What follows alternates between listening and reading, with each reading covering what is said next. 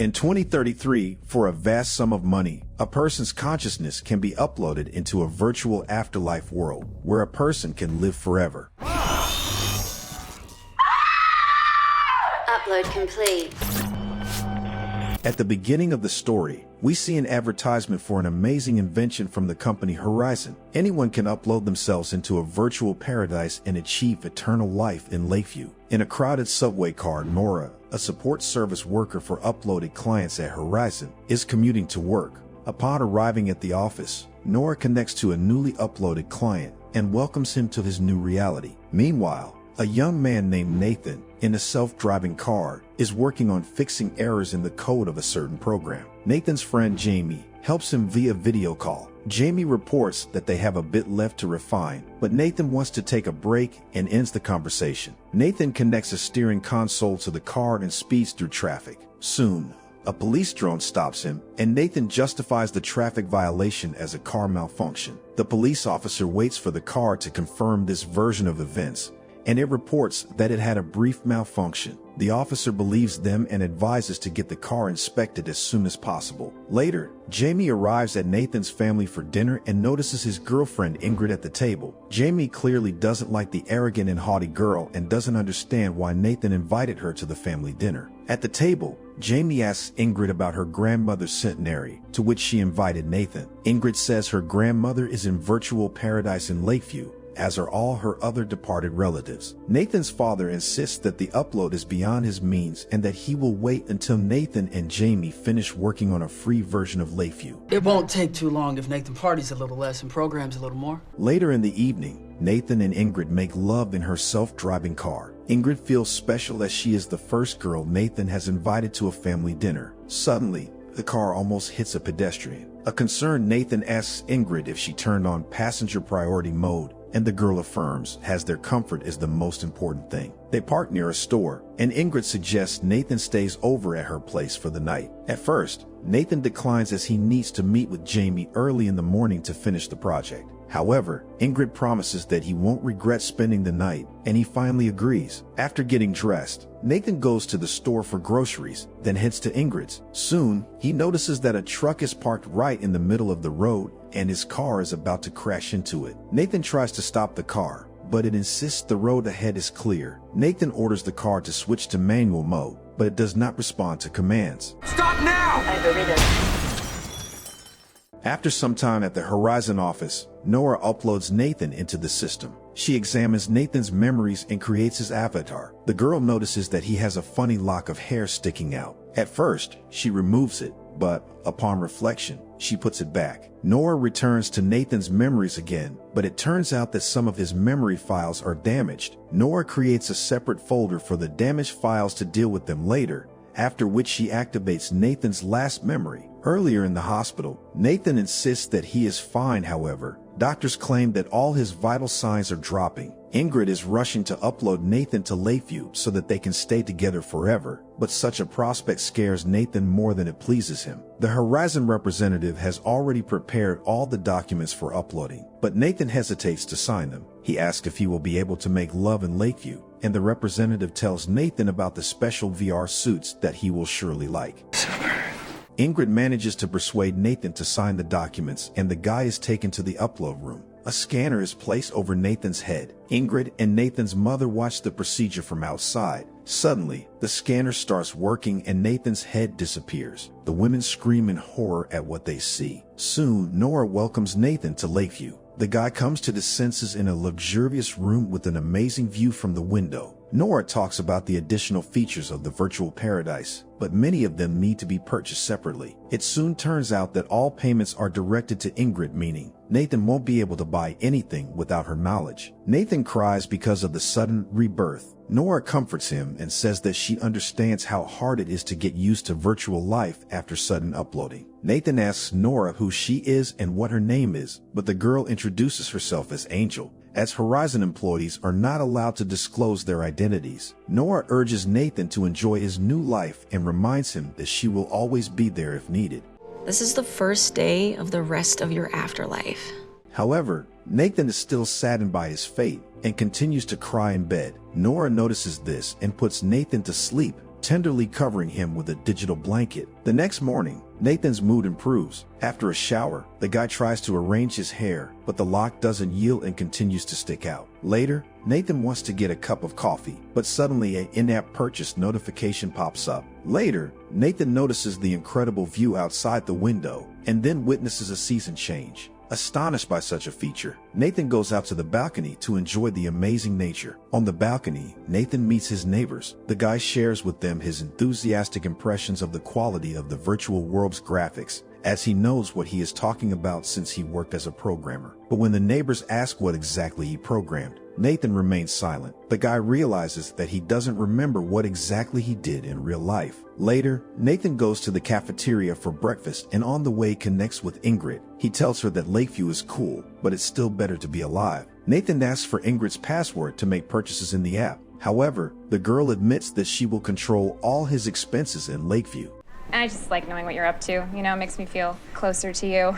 Meanwhile, Nora is having dinner at home with her father Dave. Nora tells him about the new features of Lakeview and promises that he will like it there. The girl is very hopeful she will get an employee discount for him, which will allow him to be uploaded. Dave coughs heavily and it becomes obvious that he is seriously ill. However, the man refuses to upload because he believes his mother, Nora's mother, is waiting for him in heaven, with whom he wants to reunite. In the Lakeview cafeteria, Nathan discovers a huge table with a variety of dishes. Anticipating a fabulous breakfast, Nathan fills his plate. Suddenly, it's announced in the cafeteria that breakfast time is over, and all the appetizing dishes disappear at that very second. One of Lakeview's residents, Luke, also misses breakfast. Irritated by the stupid rules, he approaches the kitchen cabinet and claps the door several times, after which bread appears on the table. Nathan does the same thing and marvels at the weird program glitch. Suddenly, he wonders why he feels hungry at all, as food is useless in there. The first uploads didn't shit or eat. All went psychotic in a week. Luke advises Nathan to believe that everything is real and not to dwell on oddities. Otherwise, people are drawn to the stream, a data channel with the real world, through which they hope to return. However, this is impossible. In the stream, people are torn to pieces. After a while, Nathan goes for a walk. On the shore of the lake, Nathan meets a man shooting the video about life in Lakeview. Nathan asks the man in surprise why there are so few people around. However, the man assures that in reality, there are a lot of them. It's just that a person can only see 5 floors at a time, and there are thousands of them. You're on floor 10,500. Nathan notices more and more annoying quirks, but following Luke's advice, tries to distract himself. However, the constantly sticking out strand of hair finally infuriates him. Furious, Nathan decisively heads to the stream, but suddenly Nora appears in front of him and persuades him to stop. She convinces Nathan that his consciousness continues to live, and it's foolish to refuse this gift. And maybe the fact that Lakeview isn't as perfect as advertised is for the better. Maybe the imperfections make it more like life. After Nora's emotional speech, Nathan realizes that she is a living person. Nathan tells the girl that she is beautiful and sighs in disappointment because he isn't allowed to know even her name. However, Nora decides to break the company rules and reveals her name and address to Nathan. Talking and laughing, they move away from the stream. Nora secretly straightens Nathan's sticking out strand, and he breathes a sigh of relief. Nora's day shift ends, and she leaves her workstation. Suddenly, the computer starts by itself and deletes all of Nathan's damaged memory files. The next day, Nathan goes to a mandatory therapy with animals because he tried to kill himself. Luke suggests he interact with a huge Labrador named Ernie. Nathan pets him like a regular dog, but suddenly a Horizon employee starts speaking through him, offering to discuss his problems. Let's start with why you were going to throw yourself in the torrent. Nathan tells the dog therapist that he had a great life, but due to a silly car accident, he is forced to exist in this strange virtual world. Ernie assigns Nathan to get acquainted with 5 other uploaded individuals, among whom he might find a friend who will give meaning to his new life. Meanwhile, Nora asks her boss, Lucy, to confirm her employee discount for her father's upload. The bank has already approved the loan, and now all that's needed is written confirmation from the employer. However, Lucy refuses to sign the papers, arguing that Nora's rating isn't high enough. You need a 4.6 employee rating to qualify for that discount. Right now you're at 4.598, so... Nora doesn't understand why such a tiny difference matters, but the boss sets new conditions. Nora has to earn a rating of 4.8, and only then can she count on a discount. In Lakeview, Nathan meets a boy named Dylan. The boy hides among the bushes and asks Nathan if anyone is looking for him. Nathan looks around in confusion and tells Dylan that everything is clear. Dylan comes out of hiding, but suddenly one of the AI staff of Lakeview spots him, after which they run towards each other and start fighting. Scared, Nathan calls his angel Nora and asks if it's his fault. Nora calms Nathan down and explains that when Dylan gets bored, he switches on game mode. Nathan tells Nora about the therapist's assignment, but the girl is preoccupied with her problems. She advises Nathan not to expect any results so as not to be disappointed. Nathan disagrees with her, and suddenly Nora switches to an overly formal tone of communication. This change puzzles Nathan, but all of Nora's thoughts are occupied with improving her rating. After some time, Nathan contacts Ingrid, who is tirelessly preparing for his funeral. Nathan suggests that Ingrid spend the night together after the funeral, using a VR suit. Ingrid happily agrees and says goodbye to Nathan, getting distracted by another cosmetic procedure. Nathan strives to complete the assignment from the therapist Ernie, but so far, he's not succeeding. Suddenly, he notices Nora and wants to talk to her to find out why she's down, but Nora coldly reports that she's on a break. Nathan still decides to tell her about the broadcast of his own funeral, but Nora only reminds him to contact her with any questions, and then simply disappears. Later, Nathan returns to his room and unexpectedly meets his neighbor David, one of the wealthiest and most influential Choke brothers. Nathan tells David that he and a friend were working on creating a program, the name of which he can't remember. However, he knows for sure that it was supposed to be a free alternative to Lakeview. So you got murdered. David is convinced that the car accident was not accidental, as Nathan's project was a threat to a multi-billion-dollar business. Nathan doesn't believe David and still considers his departure the result of an accident. In the real world, Fran Butte, Nathan's cousin, investigates the circumstances of the accident. She requests a damage scan from the wrecked car, but the car asserts that no damage is detected. Perplexed, Fran demands to see the videos recorded on the day of the accident, but the car reports that nothing was found. Fran finds all this highly suspicious and plans to continue her investigation. Meanwhile, Ingrid goes to the store to rent an intimate VR suit for lovemaking with Nathan after the funeral. She notices that the suits are cleaned overly meticulously, and the manager explains that they are not only used among couples. Sometimes old people hug their grandchildren in them, and the grandchildren vomit right on the suit. Learning the shocking details, Ingrid runs out of the store in disgust. In Lakeview, Nathan calls Nora and complains about his partial memory loss. He is concerned that he can't remember the name of the application he worked on, and even the words to the song he danced to at his graduation. Nora hums the song to Nathan, and he finally remembers it. Girls hit hallelujah, woo. Girls hit hallelujah, woo. Suddenly, Nora interrupts the conversation and reports that she has to go. Nathan tries to start a conversation with another man, but he leaves immediately. Dylan contacts Nora and complains that he can't connect with his friend. Nora does everything possible to solve the problem, but Dylan rates her efforts with only 3 stars. Nora is very upset about the bad review, and Nathan accidentally notices this. Nathan calls Nora and rates her 5 stars several times in a row, raising her rating. Nora is pleasantly surprised and offers to work off the high scores, but Nathan just wants to know the reason for her bad mood.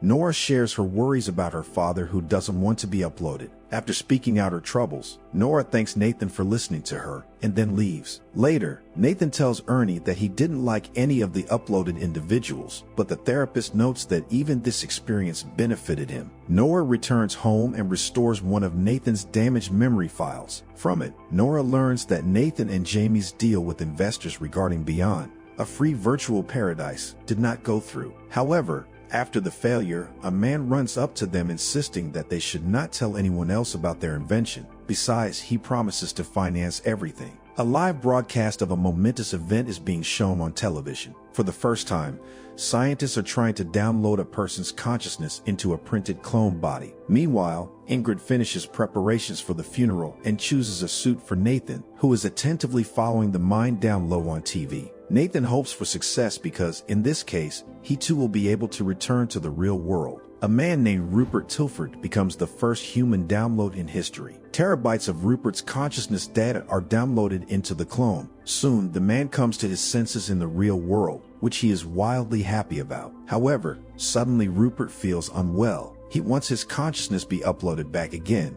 but it is too late. Fucking upload me! Now fuck science! The broadcast is interrupted, and the viewers disappointedly curse the scientists. In Lakeview, Luke attends a psychotherapy session and tells Ernie that communication with Nathan helps him a lot. Ernie reminds him that Nathan's funeral will start in just 10 minutes, and he should hurry to make it. Meanwhile, in real life, Ingrid is finishing preparations for the event. Derek, Nathan's friend, flirts with Ingrid and hints that it's time for her to break off these weird relationships because she deserves better. Nathan and Luke head to the Lakeview chapel, while Nora heads to the digital chapel in New York. The ceremony begins, and everyone present watches a compilation of various memories of Nathan. Later, Fran Bude approaches Ingrid and asks her about the suspicious circumstances of the accident and the hasty uploading of Nathan, but Ingrid does not take Fran seriously. Then Ingrid makes a speech to the guests. However, instead of sharing her memories of Nathan, Ingrid talks only about the unsuccessful download of Rupert Tilford and raises a glass for him. Nathan listens to his girlfriend's speech in confusion and afterward asks to give the floor to his friends, but it turns out that they either had already left or didn't come at all. Nathan is shocked by Ingrid's behavior and extremely disappointed with the ceremony. The enraged Ingrid threatens to delete Nathan from Lakeview and leave him for Derek. Nathan decides to admit his guilt in order not to provoke Ingrid any further. Later, Cousin Fran approaches Nathan and asks him to think about who his enemies are. Nathan still believes that it was an accident and there is nothing to investigate here. At night after the funeral, Nora contacts Josh Pitzer, the man from Nathan's damaged memories. Nora tells him about Nathan's funeral and asks why Nathan and Jamie refused his investments. Pitzer claims that they did not refuse, but then pretends not to understand what she is talking about and drops the call. In Lakeview, Nathan tries to call Jamie, but he doesn't answer. Nathan leaves him a voicemail in which he shares his not very pleasant impressions of his own funeral and asks him to call back. Nora continues to restore Nathan's memories, and a terrible truth is revealed to her. Ingrid's father, Oliver Kannerman, offered Nathan a very large sum for a copy of the Beyond program. Nathan needed the money,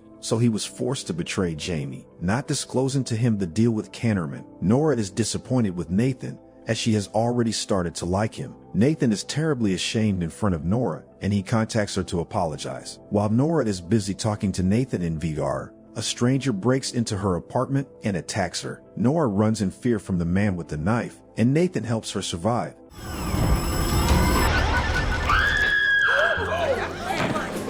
In the evening, Nora discusses what happened with her father. Nora believes that both the car crash and the attack on her were arranged by Kannerman to cover up all evidence. However, her father is convinced that someone more powerful is behind this, and this someone clearly doesn't know that Nathan has remembered everything. Otherwise, they would have removed him from Lakeview forever. Now Nora and Nathan are in danger, as certain influential people want to hide the truth about the deal at any cost. What do you think? Who could have arranged the car crash and the attack? Will Nora be able to forgive Nathan and find out the truth about their enemies? Share your thoughts in the comments, give us a like, and subscribe to the channel. See you in the next videos.